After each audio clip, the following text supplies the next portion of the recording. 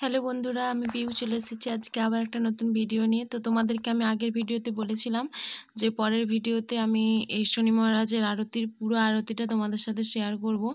তো পুরো আরতিটা তো অনেকটা টাইম ধরে হয়েছিল। পুরো আরতিটা তোমাদের সাথে হয়তো শেয়ার করতে পারবো না, তাহলে ভিডিওটা অনেকটা বড় হয়ে যাবে, কিন্তু আরতিটা অনেকটাই তোমাদের সাথে শেয়ার করব। তো প্রথমে শনি মহারাজের মূর্তিটা দিয়ে আমি ভিডিওটা শুরু করলাম। আর এখানে দেখো 5টা ঘট পেতে আর পুজো হচ্ছে। আর সেইভাবে একইভাবে 5টা ব্রাহ্মণ আর 5টা প্রদীপ একসাথে জ্বলছিল, একসাথে আরতি হচ্ছিল। 5টা ব্রাহ্মণ দিয়ে 5টা পঞ্চপ্রদীপ একসাথে জ্বলছিল।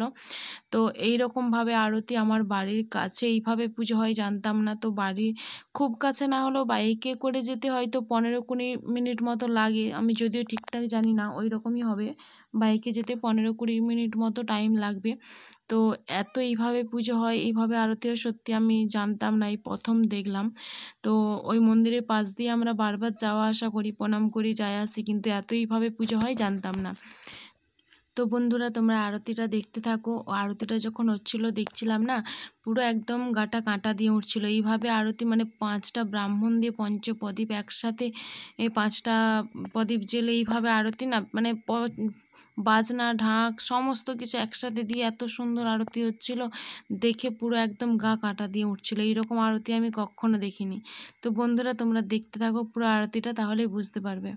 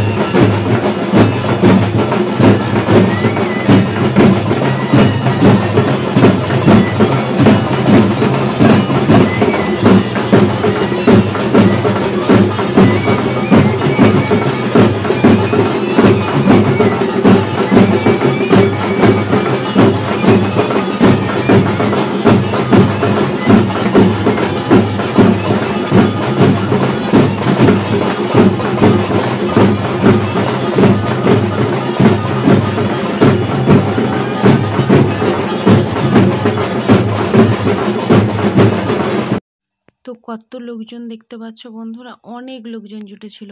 তো আরতিটা কেমন লাগলো তোমাদের অবশ্যই কমেন্ট করে জানিও। আর এতক্ষণ পর্যন্ত যারা যারা ভিডিওটার সাথে ছিলে সবাইকে অনেক অনেক ভালোবাসা, অসংখ্য ধন্যবাদ। আর যারা এখনও পর্যন্ত ভিডিওটা দেখছো কিন্তু লাইক করতে ভুলে গেছো, প্লিজ একটা লাইক করে দিও। আর যদি চ্যানেলে কেউ নতুন এসে থাকো তাহলে আমার এই চ্যানেলটাকে সাবস্ক্রাইব করে আমার এই ছোট্ট পরিবারের এক নতুন সদস্য আমার পাশে থেকে যেও। তো সবাইকে অনেক অনেক ভালোবাসা। আর তোমরা কে কে এরকম আরতি দেখেছো আর কার কার কেমন লাগলো অবশ্যই কমেন্ট বক্সে কমেন্ট করে জানিও।